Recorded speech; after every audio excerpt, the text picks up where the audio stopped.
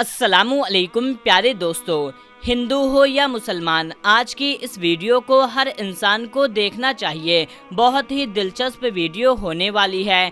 दोस्तों, एक गांव में रफ़ीक भाई नाम के एक शख्स थे जिनकी उम्र 48 साल की थी। उनकी बीवी और 2 बेटी थी। बड़ी बेटी की उम्र 22 साल की थी और छोटी बेटी की उम्र 18 साल की थी। इनकी और भी औलादें हुई, लेकिन उनका इंतकाल हो गया था। अब सिर्फ 2 ही बेटी बची हुई थी। ये एक किसान थे, दिन भर खेती करते, मेहनत करते और शाम को घर आकर के अपने परिवार के साथ में बैठ कर के खाना खाते। उनकी झोपड़ी की बगल में रवि किशन भाई की झोपड़ी थी और उसके दूसरे साइड में मारूफ भाई की झोपड़ी थी। ये तीनों शख्स बड़े पक्के और सच्चे दोस्त थे। रफ़ीक भाई की बड़ी बेटी का रिश्ता लगा हुआ था और शादी होने में सिर्फ 1 महीने का वक्त बाकी था। एक दिन रफ़ीक भाई जैसे ही खेत से काम करके आते हैं तो उनके घर में एक फ़ोन आता है जो उनके समधी फैजान भाई का होता है। वो बोलते हैं कि शादी होने में अब सिर्फ 1 महीने का वक्त बाकी रह गया है, लेकिन हमारी कुछ डिमांड है जो आपको पूरी करनी होगी। हमें शादी वाले दिन नकद में 5 लाख रुपए चाहिए। एक इन्वर्टर, कूलर, फ्रिज, हर चीज़ हमें दहेज में चाहिए और किसी चीज़ में कमी नहीं होनी चाहिए, वरना घर आई बारात भी वापस लौट जाती है। इतना कहकर के वो फ़ोन काट देते हैं। ये सुनकर के रफ़ीक भाई बहुत ज़्यादा परेशान होते हैं और रात के वक्त में अपने घर से बाहर आकर के सर पर हाथ रख कर के बैठ जाते हैं और इसी सोच में रहते हैं कि इतने दहेज का इंतज़ाम, इतने पैसे का इंतज़ाम कहाँ से किया जाए।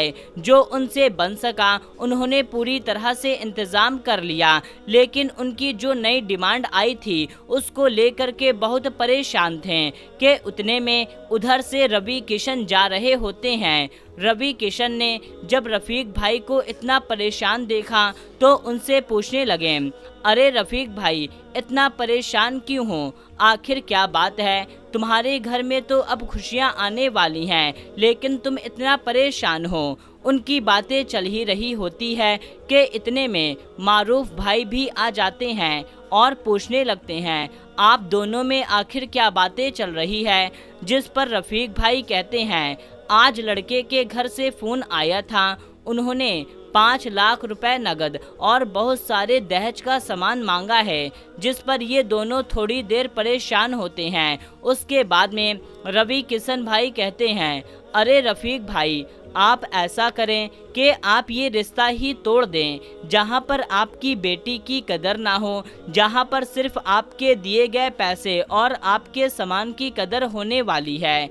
जिस पर मारूफ भाई कहते हैं, नहीं रवि किशन भाई, ऐसे रिश्ते नहीं तोड़े जाते हैं। अगर आपने रिश्ते तोड़ दिए तो आपकी बेटी की ही बदनामी हो जाएगी, क्योंकि ऐसे रिश्ते तोड़ने पर जब शादी में सिर्फ 1 महीने बाकी रह गए हैं और आपने रिश्ते तोड़ दिए तो फिर आपकी बेटी की बदनामी होगी और फिर दूसरी शादी होना भी बहुत ज़्यादा मुश्किल हो जाएगा।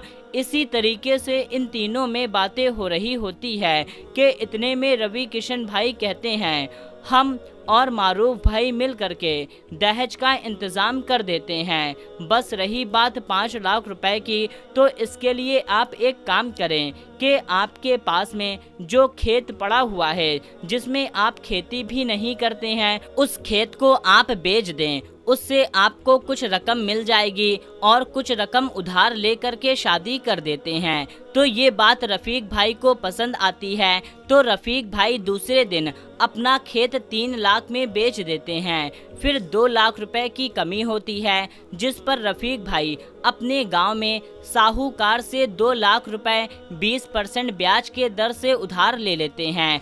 अच्छे से शादी का इंतज़ाम करते हैं। लड़के वाले 200 बारातियों के साथ में आते हैं और खूब धूमधाम से शादी होती है। रफ़ीक भाई अपने समधी को 5 लाख रुपए नगद देते हैं और सारा दहेज का सामान दिखाते हैं, जिस पर उनके समधी दहेज के सामान की बहुत तारीफ करते हैं कि अरे हाँ, बहुत अच्छा सामान है, बहुत अच्छा सामान है। जब शादी हो जाती है तो उसके 6 महीने के बाद में रफ़ीक भाई की तबीयत बहुत ज़्यादा ख़राब होने लगती है कि उनका काफ़ी इलाज कराया जाता है, शहर ले जाकर के भी इलाज कराया जाता है, लेकिन उनकी तबीयत में सुधार नहीं आता और उनका इंतकाल हो जाता है। रफ़ीक भाई के घर में सिर्फ उनकी एक बीवी और एक छोटी बेटी रहती है। उनके ऊपर तो कयामत टूट पड़ती है कि उनके घर का सब कुछ चला गया। फिर कुछ महीने के बाद वो साहूकार जिससे रफ़ीक भाई ने 2 लाख रुपए उधार लिए थे, उसने हर महीने 20% ब्याज जोड़ करके उस 2 लाख का 4 लाख कर दिया और कुछ आदमियों के साथ में रफ़ीक भाई के घर पहुंचता है और उनकी बीवी और बेटी को डराने और धमकाने लगता है कि अगर मेरे 4 लाख ना दिए तो तुमको ये घर खाली करना पड़ेगा, मैं इस घर पर कब्जा कर लूँगा। वो साहूकार इन लोगों को डरा और धमका ही रहा होता है कि इतने में उधर से रवि किशन आते हैं और उस साहूकार से बहस करने लगते हैं कि उनके घर का सब कुछ चला गया है और तुम इस तरीके से आकर के इनको डरा और धमका रहे हो। उनके पास सिर्फ एक ही घर बचा हुआ है जो इनका सहारा है, तुम वो भी इनसे छीनना चाहते हो। तो इतने में साहूकार कहता है, चलो ठीक है, मैं ये घर नहीं लूँगा, लेकिन जो इनका खेत है वो मुझे दे दो। तो इस पर रवि किशन कहते हैं कि वो खेत ही इनके सहारा बना हुआ है, इनका रोजी रोटी है, अगर ये खेत तुमको दे देंगे तो तुम बताओ ये अपना घर कैसे चलाएंगे, इनकी बीवी और बेटी भी है, अब ये लोग किस तरीके से कर पाएंगे, कुछ तो इनके ऊपर रहम करो। इतने में उधर से मारूफ भाई भी आ जाते हैं और वो भी उस साहूकार से यही बात कहने लगते हैं, जिस पर साहूकार अपनी जिद पर अड़ जाता है कि नहीं, मुझे मेरे या तो 4 लाख रुपए दो या ये घर दो या तो मुझे वो खेत दे दो। काफ़ी बातें होती है, काफ़ी बहस होती है, लेकिन वो साहूकार किसी भी हाल में मानने को राज़ी ना था। उसको वो घर चाहिए था या तो उसको वो खेत चाहिए था। इस पर रवि किशन और मारूफ भाई दोनों ये इरादा करते हैं कि इसके 4 लाख को हम लोग मिल करके 2-2 लाख रुपए करके दे देते हैं। रफ़ीक भाई और मारूफ भाई ये दोनों मिल करके 2-2 लाख रुपए मिला करके उस साहूकार को 4 लाख रुपए देने का इरादा कर लेते हैं और कहते हैं, अगर आज इस परेशानी की हालत में आज हम अपने दोस्त रफ़ीक भाई के घर वालों की मदद ना करेंगे तो अगर कल हमारे ऊपर ये नौबत आ गई तो हमारी मदद कौन करेगा।